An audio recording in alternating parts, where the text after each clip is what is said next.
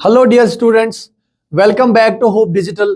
बेटा आज हम इलेक्ट्रोस्टैटिक्स का एक नया लेक्चर स्टार्ट कर रहे हैं और आज का जो टॉपिक है ये रहेगा इलेक्ट्रिक पोटेंशियल एनर्जी।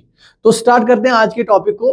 देखिए मैंने यहाँ पर एक सिस्टम ऑफ चार्जेस एज्यूम किया हुआ है। यहाँ पर देखिए ये एक सिस्टम ऑफ चार्जेस में एज्यूम कर रहा हूँ। मान लो प्लस क्यू यहाँ पर चार्ज है और हमसे पूछा गया है कि एक सिस्टम की इलेक्ट्रिक पोटेंशियल एनर्जी कितनी होगी। देखिए मैं यहां पर इन्फिनिटी से एक टेस्ट चार्ज क्यू नॉट ले रहा हूं, पॉजिटिव टेस्ट चार्ज, ठीक है ना।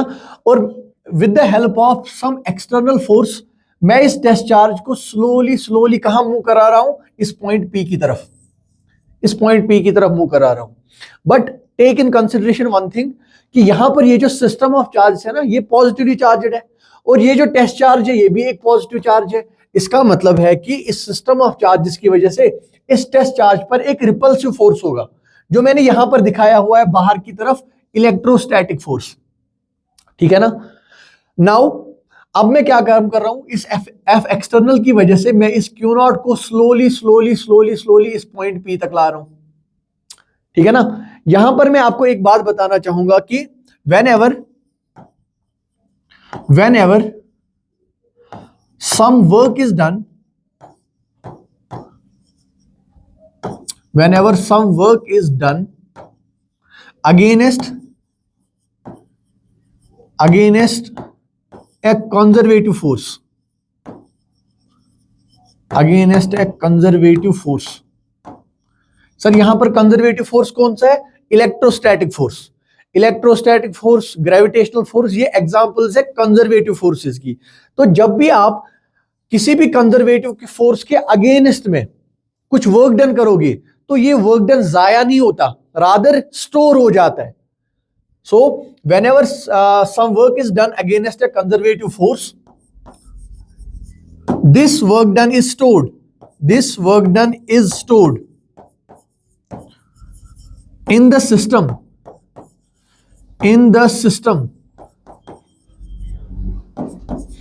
in the form of total mechanical energy, ठीक है ना। सर क्या मतलब हुआ इस बात का? बेटे हम एक काम कर रहे हैं, हमारे पास एक चार्ज है, उस चार्ज को हम एक सिस्टम ऑफ चार्ज के अगेंस्ट उसके क्लोज ला रहे हैं, यानी इस पर एक रिपल्सिव फोर्स लग रहा है कंजर्वेटिव फोर्स की वजह से या इलेक्ट्रोस्टैटिक फोर्स की वजह से, लेकिन हम इसको एक्सटर्नल फोर्स की मदद से क्लोज ला रहे हैं। तो ये जो इस एफ एक्सटर्नल की वजह से वर्क डन कर रहे हैं हम अगेंस्ट द कंजर्वेटिव फोर्स, ये वर्क जाया नहीं होता, rather it is stored in the system. किस सिस्टम में? सिस्टम ऑफ चार्ज और इस क्यू नॉट, ये मिलके एक सिस्टम बना रहे हैं। तो इस सिस्टम में ये स्टोर होगा in the form of potential energy. तो यहां पर मैं लिख सकता हूं, sorry, in the form of total mechanical energy. लेकिन यहां पर आप एक बात ध्यान में रखना, मैं आपको पहले भी बता चुका हूं कि जब भी हम इंफिनिटी से इस टेस्ट चार्ज को इस पॉइंट पी की तरफ ला रहे हैं तो हमारे पास यहां पर एफ एक्सटर्नल अंदर की तरफ लग रहा है और एफ इलेक्ट्रोस्टैटिक बाहर की तरफ लग रहा है। We will move this test charge such that this F external is equal to F electrostatic. यानी मैं बोल रहा हूं कि एफ नेट जो है वो जीरो होना चाहिए, यानी एक्सेलरेशन, जब नेट फोर्स जीरो होगा तो एक्सेलरेशन भी जीरो होगा, ठीक है ना। तो net force zero, acceleration zero, velocity constant, acceleration zero तो वेलोसिटी कांस्टेंट। यानी मैं इस क्यू नॉट चार्ज को स्लोली इस पॉइंट पी तक ला रहा हूं। स्लोली का क्या मतलब हुआ, मैं आपको पहले भी बता चुका हूं। स्लोली का मतलब है कि change in kinetic energy should be zero, change in kinetic energy should be zero. और हमें पता है ये जो ये टोटल मैकेनिकल एनर्जी है ना, टोटल मैकेनिकल एनर्जी होती है total kinetic energy plus total potential energy. यानी काइनेटिक एनर्जी में कितना चेंज आया और पोटेंशियल एनर्जी में कितना चेंज आया, इसको हम बोलते हैं total kinetic plus potential energy को टोटल मैकेनिकल एनर्जी। लेकिन इस क्यू नॉट चार्ज को मैं कैसे मूव करा रहा हूं, सच that change in kinetic energy is zero. इसका मतलब क्या हुआ, जितना भी वर्क डन किसने किया, एफ एक्सटर्नल ने, इस क्यू नॉट चार्ज को पॉइंट पी तक लाने में, वो सारा का सारा वर्क डन किसमें स्टोर हो जाएगा? सर टोटल मैकेनिकल एनर्जी में। लेकिन टोटल मैकेनिकल एनर्जी का ये काइनेटिक एनर्जी वाला पार्ट तो जीरो है। So we can say that work done by external force, work done by external force. क्या करने के लिए बेटा work done? To bring this charge Q not from infinity to point P, from infinity to point P. How? कि change in kinetic energy should be zero, और ये जो work done है ना ये स्टोर हो जाएगा इस सिस्टम में in the form of potential energy, in the form of potential energy. ये बात आप ध्यान में रखना, just remember this thing, just remember this thing. एक और बात मैं आपको बताऊंगा, अगर मैं इस डिस्चार्ज क्यू नॉट को इस पॉइंट पी पर ला रहा हूं ना, और मैं कह रहा हूं कि जितना वर्क डन हुआ वो एज पोटेंशियल एनर्जी स्टोर हो जाएगा, ये पोटेंशियल एनर्जी हम हमेशा डिफाइन करते हैं सिस्टम ऑफ चार्जेस के लिए, एक सिंगल चार्ज के लिए डिफाइन नहीं करते। सो ये चार्ज क्यू नॉट जब यहां पर आएगा तो ये जो पोटेंशियल एनर्जी बना ना, जो भी ये वर्क डन हुआ, ये इस क्यू नॉट और इस सिस्टम ऑफ चार्जेस का जो पूरा मिला के सिस्टम बनेगा उसका पोटेंशियल एनर्जी होगा। ठीक है ना? तो ध्यान में रखना, this potential energy we always define it for a system of charges. I hope this thing is clear. Next यहां पे मैंने आपको कहा कि ये जो पोटेंशियल एनर्जी होगी सिस्टम की, ये जो पोटेंशियल एनर्जी होगी सिस्टम की, इसको मैं लिख सकता हूं क्या? Work done by external force to bring a charge q naught from infinity to point p such that change in kinetic energy is zero। देखो बेटा, इसी बात को हम दूसरे तरीके से लिख सकते हैं। अगर आपको याद हो, अब अगर F एक्सटर्नल इस q नॉट चार्ज को लेफ्ट की तरफ ला रहा था तो इलेक्ट्रोस्टैटिक फोर्स कहां की तरफ था? बाहर की तरफ। तो यहां पर मैं लिख सकता हूं negative of work done by electrostatic force to do what? To bring the charge from infinity to point P such that change in kinetic energy is zero। इसी बात को, इस माइनस को मैं एडजस्ट कर सकता हूं। यहां पर मैं लिखूंगा work done by electrostatic force to do what? To bring this charge from point P to infinity such that change in kinetic energy is zero। इस माइनस को मैंने ये इंफिनिटी टू P को P टू इंफिनिटी में convert कर दिया। तो आप पोटेंशियल एनर्जी कैलकुलेट करने के लिए इन तीनों इक्वेशंस को यूज कर सकते हो। You can use this, you can use this, और you can use this, all are same things. ठीक है ना? तो यहां से हमें क्या पता चला कि यहां से हमें ये बात पता चली कि ये जो पोटेंशियल एनर्जी है ये एक्चुअली में क्या होता है? वर्क डन जो हम करते हैं ना वो स्टोर हो जाता है, जो वर्क डन होता है वो स्टोर हो जाता है। तो देखिए, जो लास्ट वाली स्लाइड है, यहां पर मुझे आपको एक एजम्पशन बताना है। पहले just note down this assumption कि ये जो इंफिनिटी वाला पॉइंट है ना, यहां पर इंफिनिटी पर, इस इंफिनिटी पर हम पोटेंशियल एनर्जी कंसीडर करते हैं zero. We consider that potential energy at infinity is zero. Sir क्यों? क्योंकि हम इसको एज ए रेफरेंस पॉइंट लेते हैं। ठीक है ना? इसको एज ए रेफरेंस पॉइंट लेते हैं। और ध्यान में रखना कि absolute value of potential energy is never important, it is always the change in potential energy that is important. ठीक है ना? तो अगर हम इसको जीरो यहां पर कंसीडर करेंगे, मान लो यहां से आते हुए पोटेंशियल एनर्जी 10 बन गई, तो चेंज इन पोटेंशियल कितना हुआ? 10 माइनस 0। अगर मैं यहां u इक्वल टू 0 की जगह u इक्वल टू 100 रख दूं, और 100 रखने के बाद यहां तक पहुंच के 110 बन जाएगा, again change in potential energy is 110 minus 100, again it is 10। so it is always the change in potential energy that is important, not the absolute value of the potential energy। ठीक है ना? तो assumption हमने क्या लिया कि इस infinity पर पोटेंशियल एनर्जी होगा जीरो, इंफिनिटी पर पोटेंशियल एनर्जी होगा जीरो। तो how can I right this? देखो, ये जो मैंने स्टेटमेंट्स यहां पे लिखे, how can I right this? देखो, मैं कह सकता हूं कि पोटेंशियल एनर्जी फाइनली या चेंज इन पोटेंशियल एनर्जी बराबर होगा U final minus U initial. ये किसके बराबर होगा? ये बराबर होगा वर्क डन। किसके बराबर होगा? Work done.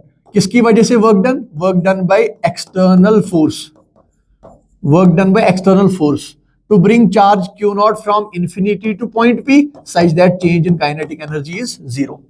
और जैसे कि मैं आपको बता चुका हूं कि इंफिनिटी पर हम पोटेंशियल को जीरो मानते हैं, तो हम कह सकते हैं कि जितना भी इंफिनिटी से पॉइंट P तक लाने में जितना भी चेंज इन पोटेंशियल एनर्जी हुआ, तो हम इसको लिख सकते हैं वर्क डन के बराबर। ये वाला फॉर्मूला हम सीधा सीधा वापस ला सकते हैं, सीधा सीधा वापस ला सकते हैं। अब ध्यान रखिए यहां पर एक और बात, ये जो पोटेंशियल एनर्जी है ना, इसका अगर हम यूनिट देखेंगे, इसका यूनिट होगा जूल, इसका यूनिट होगा जूल। सर क्यों? जूल तो वर्क का यूनिट है। तो ठीक है ना, यहां पर भी मैं बोल रहा हूं कि कितना वर्क डन कर रहे हैं वही स्टोर हो रहा है in the form of potential energy. तो जो यूनिट वर्क डन का है वही यूनिट है इसका पोटेंशियल एनर्जी का भी। एक और यूनिट है इसका जिसको हम बोलते हैं इलेक्ट्रॉन वोल्ट। तो 1 इलेक्ट्रॉन वोल्ट होता है 1.6 into 10 to the power -19 joule. चलिए एक और यूनिट होगा इसका। इसी के साथ ही एक और पॉइंट भी मैं आपको बता दूं कि ये जो पोटेंशियल एनर्जी है ना, इसके डायमेंशन क्या होंगे। ऑब्वियसली इसके डायमेंशन वही होंगे जो वर्क के डायमेंशन है, और वर्क का डायमेंशन हमें पता है कि वर्क होता है फोर्स डॉट डिस्प्लेसमेंट।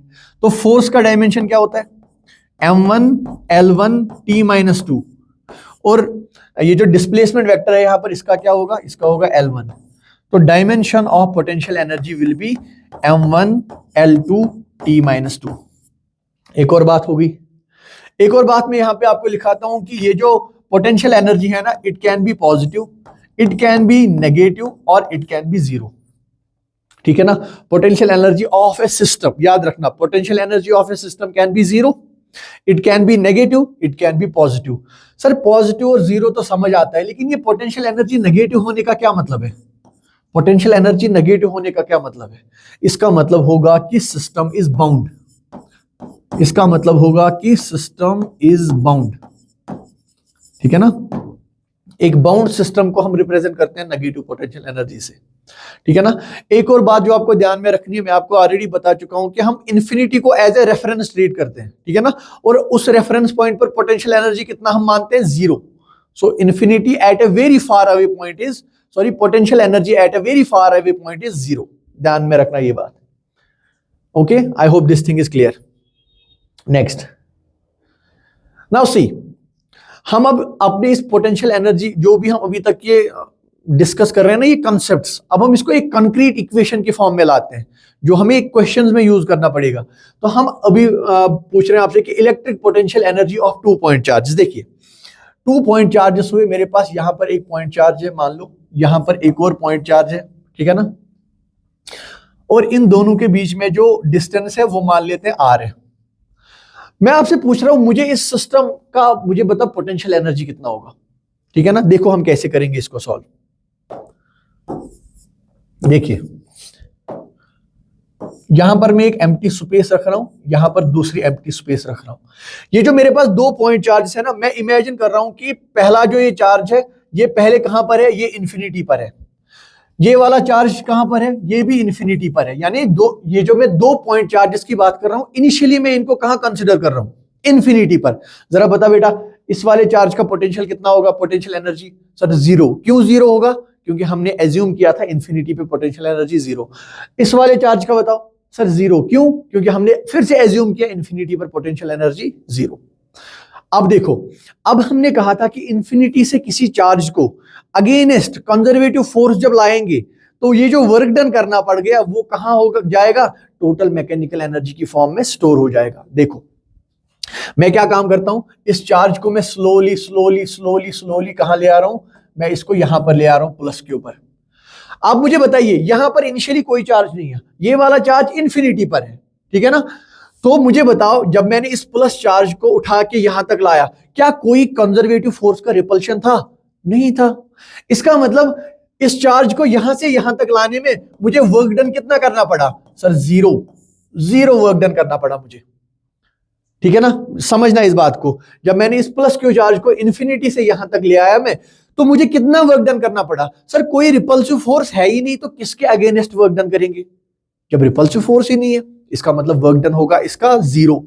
और हमें पता है कि पोटेंशियल एनर्जी क्या होता है, पोटेंशियल एनर्जी होता है work done to bring a charge from infinity to this point against some conservative force. इसका मतलब पोटेंशियल एनर्जी आ गया जीरो प्लस, सर ये दूसरा चार्ज है, इसको भी तो यहां पर लाना है, तभी तो बनेगा सिस्टम ऑफ 2 चार्ज। अब मुझे एक बात बताइए मैं आपको इससे पहले बता चुका हूं, देखो इसका वर्क डन तो आ गया जीरो, इसको छोड़ो अभी।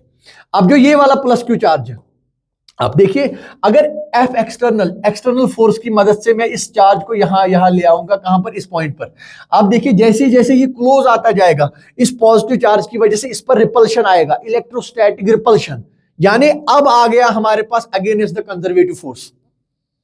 और मेरे बच्चों को याद होगा कि जब मैंने पोटेंशियल को डिफाइन किया था ना, मैंने आपसे कहा था कि इलेक्ट्रिक पोटेंशियल क्या होता है, इन्फिनिटी से एक यूनिट चार्ज को इन्फिनिटी से उठा के ले आओ और इस पॉइंट पे रख दो, तुम इस पॉइंट पर जितना भी वर्क डन होगा इन्फिनिटी से इस पॉइंट तक लाने में, वो होगा इस क्यू चार्ज की वजह से यहां पर पोटेंशियल। फिर से बताता हूं, इस क्यू चार्ज की वजह से आर डिस्टेंस दूर कितना पोटेंशियल होगा?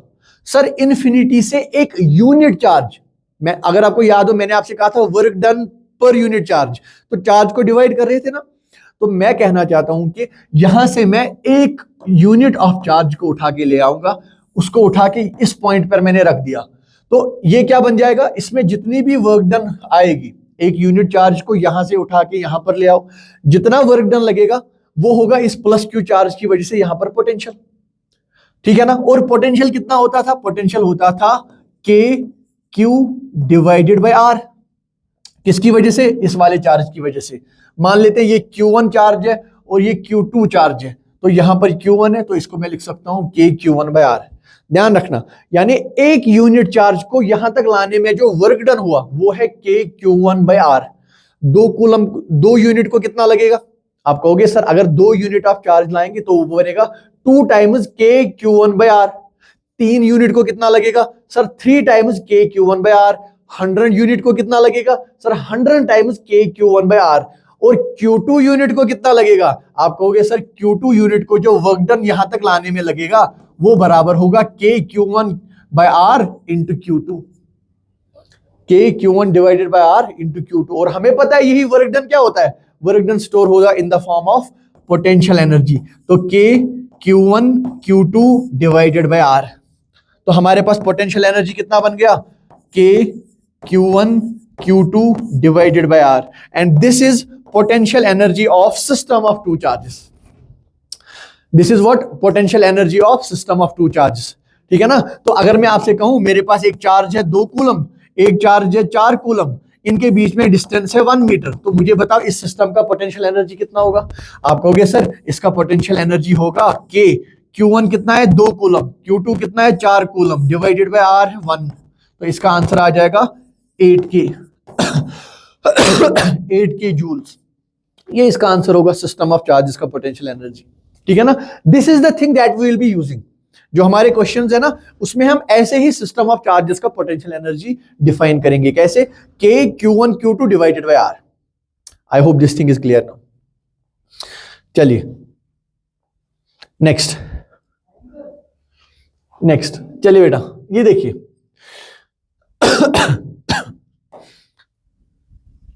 सी दिस यहां पर हमारे पास 2 चार्जेस है, एक प्लस क्यू चार्ज है, एक प्लस कैपिटल क्यू, एक प्लस स्मॉल क्यू, ठीक है ना। देखिए हमारे पास 2 चार्ज गिवन है, ये रहा पहला चार्ज प्लस क्यू, और यहां पर ये दूसरा charge plus Q comma M, ठीक है ना। और हमें बोला गया है this is fixed, this is fixed. Fixed मतलब क्या है? फिक्स्ड मतलब है कि ये चार्ज मूव नहीं कर सकता, ठीक है ना। अब हमसे पूछा गया है कि find speed of charge Q when separation between the charge becomes 2r, और इनिशियली इनके बीच में जो सेपरेशन है वो है r। देखिए बेटा ये पॉजिटिव चार्ज है, ये भी पॉजिटिव चार्ज है, इसका मतलब there will be electrostatic repulsion. ये क्यू चार्ज इस पर आगे की तरफ फोर्स लगाएगा, ये स्मॉल क्यू चार्ज इस पर पीछे की तरफ फोर्स लगाएगा, but since this plus Q charge is fixed, इसमें कोई भी एक्सेलरेशन नहीं आएगा, सिंपल सी बात है। लेकिन ये जो प्लस क्यू चार्ज है इस पर फोर्स लगेगा इस डायरेक्शन में, इस पर इस डायरेक्शन में फोर्स लगेगा, और फोर्स लगने की वजह से ये दूर दूर ऐसे चलता जाएगा। अब हमसे पूछा गया है कि ये चार्ज क्यू जब यहां पर पहुंच गया प्लस क्यू कॉमा एम, देखिए हमसे पूछा गया है when the separation becomes 2r, यानी दोनों चार्ज के बीच में सेपरेशन अब 2r बन गया, यहां से यहां तक r, और इस स्मॉल क्यू चार्ज ने एक और r डिस्टेंस आगे कवर कर लिया। अब हमें पूछ रहे हैं कि आप हमें बताओ इस टाइम पर इसका एनर्जी ये स्पीड कितना होगा। इस टाइम पर स्पीड मान लेते हैं v, बताओ ये v कितना होगा। See what we will use total mechanical energy conservation. देखिए बेटा हम टोटल मैकेनिकल एनर्जी कंजर्वेशन कब यूज कर सकते हैं? जब कोई फ्रिक्शन का फोर्स नहीं होगा, जब कोई एयर रेजिस्टेंस का फोर्स नहीं होगा, जब सारे फोर्सेस इंटरनल होंगे, कोई एक्सटर्नल फोर्स नहीं होना चाहिए। जरा यहां पर देखते हैं, यहां पर रिपल्शन किस बात का है? सर इलेक्ट्रोस्टैटिक रिपल्शन है। Electrostatic repulsion means conservative forces, यानी कोई मसला नहीं है, हम टोटल मैकेनिकल एनर्जी कंजर्व कर सकते हैं। क्यों? क्योंकि इसी कंजर्वेटिव फोर्स के अगेंस्ट जो भी वर्क डन होगा वही तो टोटल मैकेनिकल एनर्जी की फॉर्म में स्टोर होता है।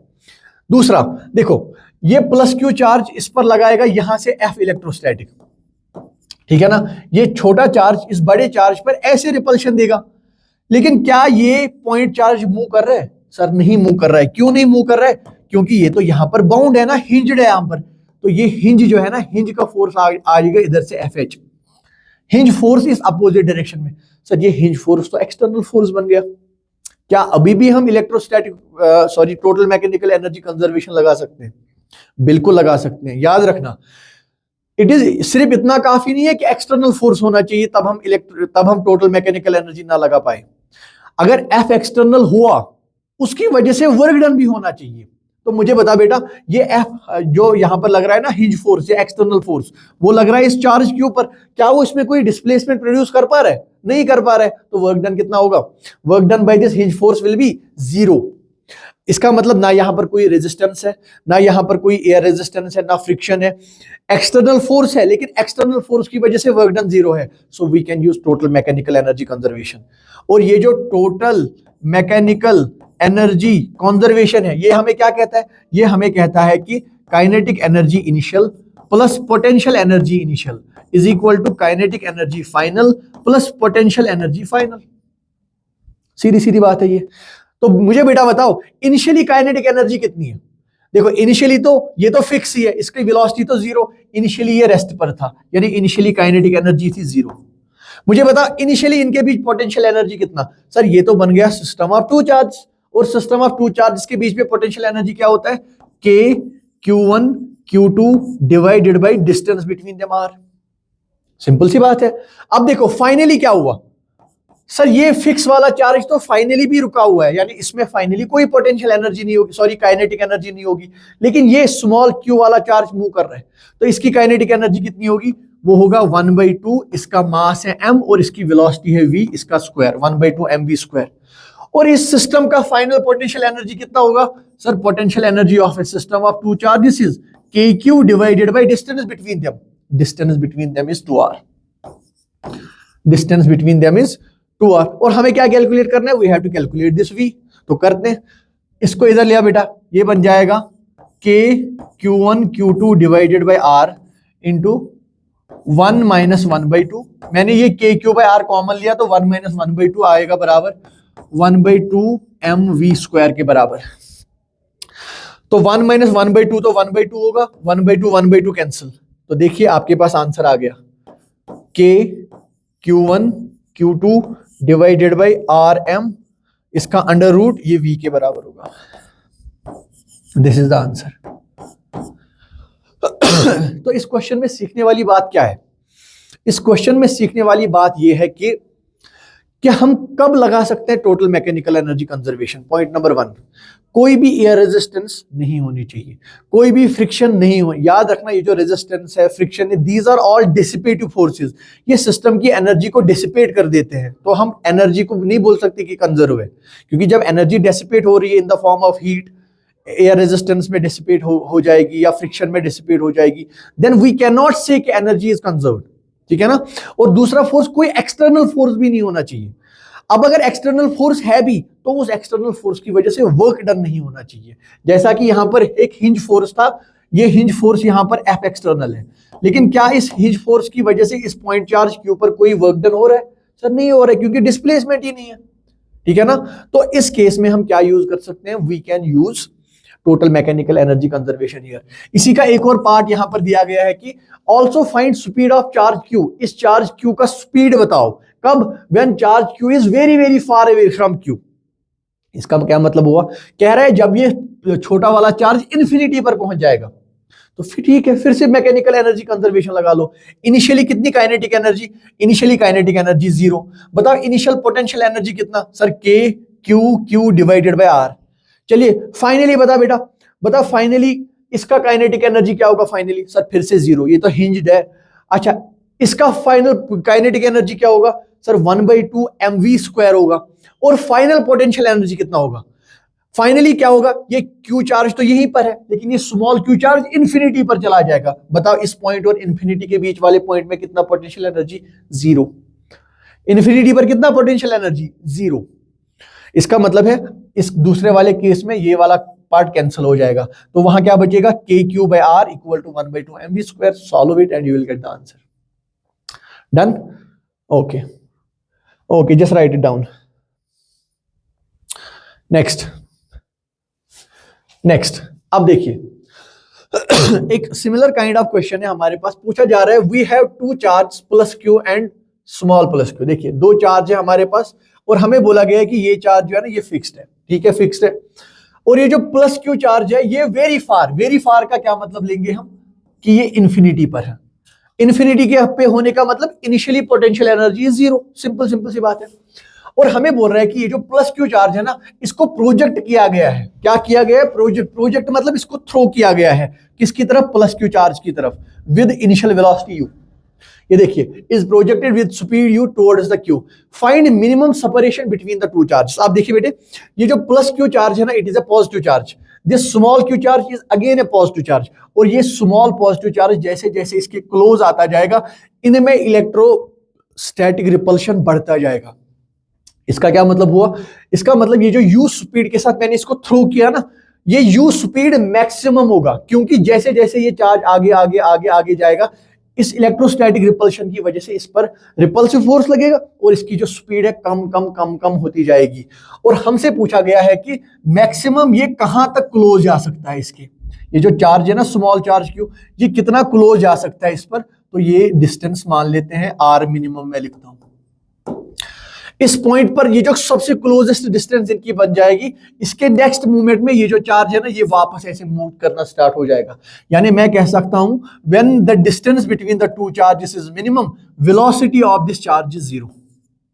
ये एक फ्रैक्शन ऑफ टाइम के लिए रुक जाएगा, फिर वापस अपने, देखिए यहां से आया with velocity u, slow slow slow slow slow slow रुक गया, एक फ्रैक्शन के लिए रुक गया और अब वापस चला जाएगा। और हमें बोला गया है कि ये r मिनिमम होगा कितना। फिर से सर यहां कोई भी एक्सटर्नल फोर्स नहीं है। अब अगर एक्सटर्नल फोर्स है हिंज का भी, लेकिन उससे वर्क डन है नहीं। क्या कोई एयर रेजिस्टेंस है, नहीं। क्या कोई फ्रिक्शन है, नहीं। तो हम टोटल मैकेनिकल एनर्जी यहां पर लगाएंगे। टोटल मैकेनिकल एनर्जी का क्या मतलब है, काइनेटिक एनर्जी जो इनिशियली है प्लस पोटेंशियल एनर्जी जो इनिशियली है वो बराबर होगा काइनेटिक एनर्जी जो फाइनली है प्लस पोटेंशियल एनर्जी जो फाइनली है। बता बेटा इनिशियली इन दोनों के बीच में कितनी पोटेंशियल एनर्जी है। सर इनिशियली तो ये चार्ज इन्फिनिटी पर है तो पोटेंशियल एनर्जी होगा जीरो। बताओ काइनेटिक एनर्जी कितना, ये तो फिक्स्ड है, इसकी तो कोई काइनेटिक एनर्जी नहीं। इसकी काइनेटिक एनर्जी होगी हाफ ऑफ mu स्क्वायर। तो ये किसके बराबर होगा। बता बेटा फाइनली कितनी काइनेटिक एनर्जी, जब ये चार्ज आया आया आया आया यहां पे एक पॉइंट के लिए ये रुक गया, ये भी फिक्स्ड ये भी फिक्स्ड, यानी finally kinetic energy is zero. Plus finally potential energy कितनी होगी। सर ये तो बन गया potential energy of system of two charge, potential energy of system of two charge, और वो कितना होता है k q1 q2 divided by distance between them. और डिस्टेंस बिटवीन देम कितना है, r मिनिमम। कितना है, r मिनिमम। तो ये बन जाएगा, हमें क्या बोला गया, r मिनिमम कैलकुलेट करने के लिए। तो r मिनिमम कितना आ गया, ये आ गया k q1 q2 divided bye mu square 2। This will be the answer. This will be the answer. ठीक है ना। अब आप पूछोगे सर ये मुझे बताइए कि आप कैसे बोल रहे हो कि जब ये चार्जड पार्टिकल रुकेगा तभी r मिनिमम होगा।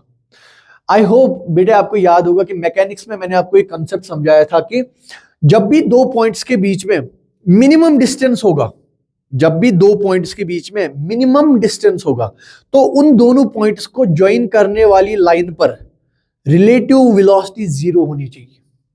क्या मतलब है इसका, मैं बोल रहा हूं ये प्लस क्यू चार्ज को मैं यहां से ले आ रहा हूं, जिस पॉइंट पर इन दोनों के बीच में मिनिमम सेपरेशन होगा ना, तो इन दोनों पॉइंट्स को ज्वाइन करने वाली लाइन के अलोंग, इन दोनों पॉइंट्स को ज्वाइन करने वाली लाइन के along relative velocity should be zero. Relative velocity should be zero, बस इतना पॉइंट काफी है। यहां पर वेलोसिटी जीरो तो इसका वेलोसिटी भी जीरो होनी चाहिए, तभी जाके इनकी रिलेटिव वेलोसिटी जीरो बनेगी। और जिस पॉइंट पर इनको ज्वाइन करने वाली लाइन के अलोंग रिलेटिव वेलोसिटी जीरो हो जाएगी, हम कहेंगे कि इसी पॉइंट पर आर मिनिमम होगा। ठीक है ना? आई hope this thing is clear. Okay, next. अब देखिए, अगेन हमारे पास दो चार्ज गिवन है। आप देखिए प्लस क्यू चार्ज है, एक और प्लस क्यू चार्ज है, लेकिन इसका मास डबल है। ठीक है ना? अगर इसका मास m गिवन है तो इसका मास 2m गिवन है, और इनिशियली इनके बीच में जो सेपरेशन है वो a है। अब देखिए बेटा, अगर ये चार्ज भी फ्री है, ये चार्ज भी फ्री है, और ये दोनों पॉजिटिवली चार्ज है, तो इनके बीच में कैसा फोर्स होगा? आप कहोगे सर सीधी सी बात है, इलेक्ट्रोस्टैटिक रिपल्शन होगा। इस पर फोर्स इधर लगेगा, इस पर फोर्स इधर लगेगा, यानी ये दोनों चार्ज जो है ना, ये मूव करते करते दूर दूर चले जाएंगे एक दूसरे से। अब क्वेश्चन पढ़ते हैं, given two charge are released from rest, find speed of charge B. ये चार्ज ए है यहां पर, ये चार्ज बी है यहां पर। हमें बोला गया इस चार्ज बी का आप हमें बताओ स्पीड, लेकिन कब? जब इसने when it has travelled at distance A. देखिए ये कह रहा है इस एफ फोर्स की वजह से ये जो चार्ज बी है ना, ये यहां यहां आ जाएगा। मान लो यहां पर आ गया ये चार्ज बी, चार्ज बी यहां पर आ गया। कितना डिस्टेंस इसने ट्रेवल किया? ए डिस्टेंस इसने ट्रेवल किया from its initial position, from its initial position. हमें बोला जा रहा है कि हमें बताओ इस पॉइंट पर इसका वेलोसिटी कितना होगा। देखो बेटा, ये वाला चार्ज भी तो फ्री टू मूव है, ये जो चार्ज ए है ना, ये भी तो फ्री टू मूव है, क्योंकि इस पर भी तो फोर्स एफ लग रहा है। इसका मतलब जितने टाइम में बी यहां से यहां तक पहुंचेगा, ये ए चार्ज जो है ये भी यहां से यहां कहीं पहुंच जाएगा। मैं आपको बोल रहा हूं अगर बी यहां से यहां तक आते हुए ए डिस्टेंस कवर कर रहा है, तो ये यहां से यहां तक आते हुए 2a डिस्टेंस कवर करेगा। सर ऐसा क्यों? सर ऐसा क्यों? देखो बेटे, आप मुझे बताओ फोर्स कितना लग रहा है, मुझे बताओ फोर्स कितना। मान लो ये F है ना, ये F कितना लग रहा है? ये जो चार्ज B है ना, फोर्स ऑन B कितना है? आप कहोगे सर फोर्स ऑन B होगा K, Q1 Q2 बन जाएगा Q स्क्वायर डिवाइडेड बाई, मैं इस पॉइंट इनिशियली बात कर रहा हूं, K Q square divided by A square. जरा मुझे बता बेटा इस A चार्ज पर कितना फोर्स लग रहा है? आप कहोगे सर FA आएगा K Q square divided by A square. Sir सिर्फ यहां सिर्फ डायरेक्शन का फर्क है, यहां राइट की तरफ, यहां लेफ्ट की तरफ। जरा एक्सेलरेशन चेक करो, एक्सेलरेशन चेक करो। हमें पता है A बराबर होता है F बाई एम, A बराबर होता है F बाई एम, और इस चार्ज B का मास कितना? 2m।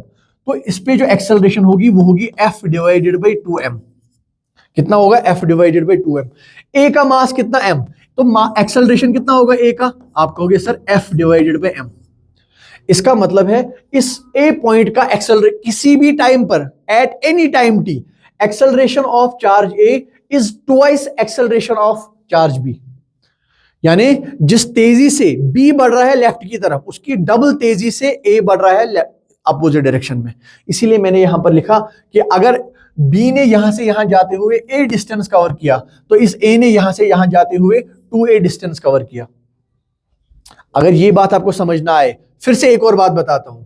हम एक काम करते हैं, मोमेंटम कंजर्व करो। इनिशियली बता बेटा, इनिशियली ये भी रुका हुआ था, इनिशियली ये भी रुका हुआ था, बताओ दोनों का मोमेंटम इनिशियली कितना होगा? 0। दोनों का मोमेंटम कितना होगा इनिशियली? 0। अब मुझे बता बेटा, यहां पर इसका मोमेंटम कितना हुआ फाइनली? आप कहोगे सर यहां मोमेंटम होगा, इसका मास है 2m, इसकी वेलोसिटी है v, तो 2mv इसका मोमेंटम हुआ। यहां पर मोमेंटम कितना हुआ? आप कहोगे सर लेट्स सपोज इसकी वेलोसिटी है u, इसका मास है m, तो इसका मोमेंटम होगा mu। तो initial momentum is equal to final momentum, 0 is equal to what? mu plus twice mv। ठीक है ना? तो यहां से हमें क्या पता चल जाएगा? हमें पता चल जाएगा कि mu जो है ना, ये बराबर है ट्वाइस mv के। यहां से m और m कैंसिल हुआ, इसका मतलब u is equal to minus times twice v। Minus का क्या मतलब है? बस डायरेक्शन इनकी अपोजिट है। यानी अगर यहां पर इसकी वेलोसिटी v है, यहां पर इसकी वेलोसिटी 2v। आप देखो बेटा, सेम टाइम में अगर एक पार्टिकल की वेलोसिटी राइट जा रही है v के साथ, दूसरे की जा रही है 2v के साथ, तो सीधी सी बात है 2v वाला जो है ना, वो डबल डिस्टेंस ट्रेवल करेगा। इसलिए यहां पर बेटा ये 2a ट्रेवल करेगा, ये a ट्रेवल करेगा। आई hope this thing is clear. ठीक है ना? चलिए,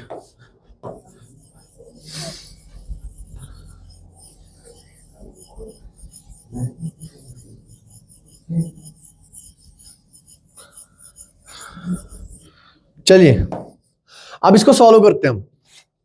देखो बेटा मुझे बताइए इनिशियली कितनी पोटेंशियल एनर्जी होगी इन दोनों पार्टिकल्स की। इनिशियल पोटेंशियल एनर्जी कितनी होगी? इनिशियल पोटेंशियल एनर्जी होगी Q1 Q2 divided by distance between them is A, plus इनकी इनिशियली काइनेटिक एनर्जी कितना? इनिशियली काइनेटिक एनर्जी है 0। अब बताओ फाइनली इनकी पोटेंशियल एनर्जी कितनी हुई? आप देखो ये जो A चार्ज है ना, ये यहां से यहां तक 2A गया है, तो इनके बीच में डिस्टेंस आएगा 2A plus A is 3A plus A is 4A।